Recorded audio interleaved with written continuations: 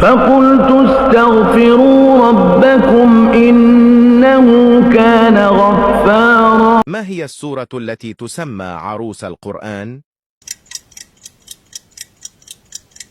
الجواب هو سورة الرحمن. ما اسم الملك الموكل بالوحي؟ الجواب هو جبريل عليه السلام. كم عدد أركان الإسلام؟ الجواب هو 5. ما هي أقصر سورة في القرآن؟ الجواب هو سورة الكوثر. ما اسم الغزوة التي سميت بغزوة الفرقان؟ الجواب هو بدر. ما اسم أول كتاب سماوي؟ الجواب هو الصحف. ما هي السورة التي بدأت بقسم؟ الجواب هو سورة الفجر. ما اسم أول نبي؟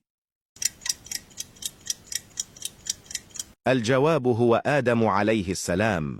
ما اسم أبي الأنبياء؟ الجواب هو إبراهيم عليه السلام. ما هي السورة التي ذكر فيها البسملة مرتين؟ الجواب هو سورة النمل.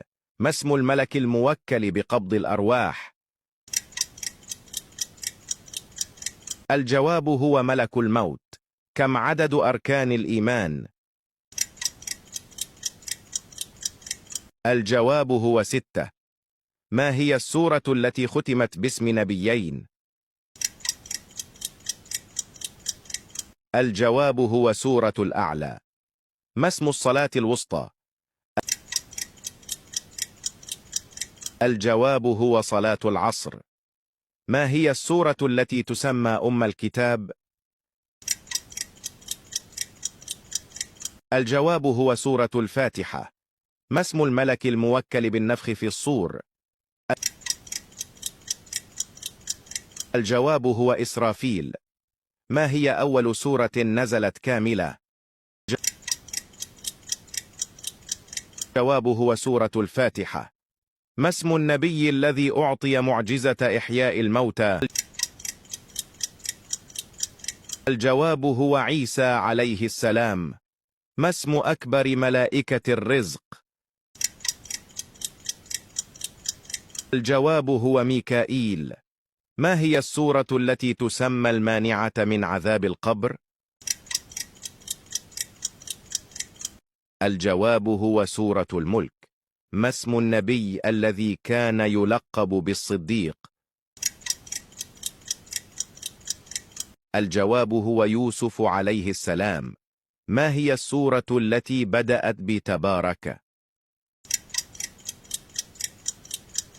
الجواب هو سورة الملك. ما اسم النبي الذي كلمه الله؟ الجواب هو موسى عليه السلام. ما هي السورة التي تسمى الكاشفة؟ الجواب هو سورة القارعة.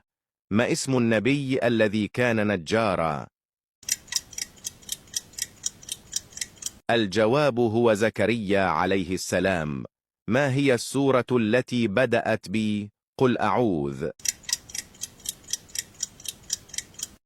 الجواب هو سورة الفلق. ما اسم النبي الذي ابتلي بالمرض؟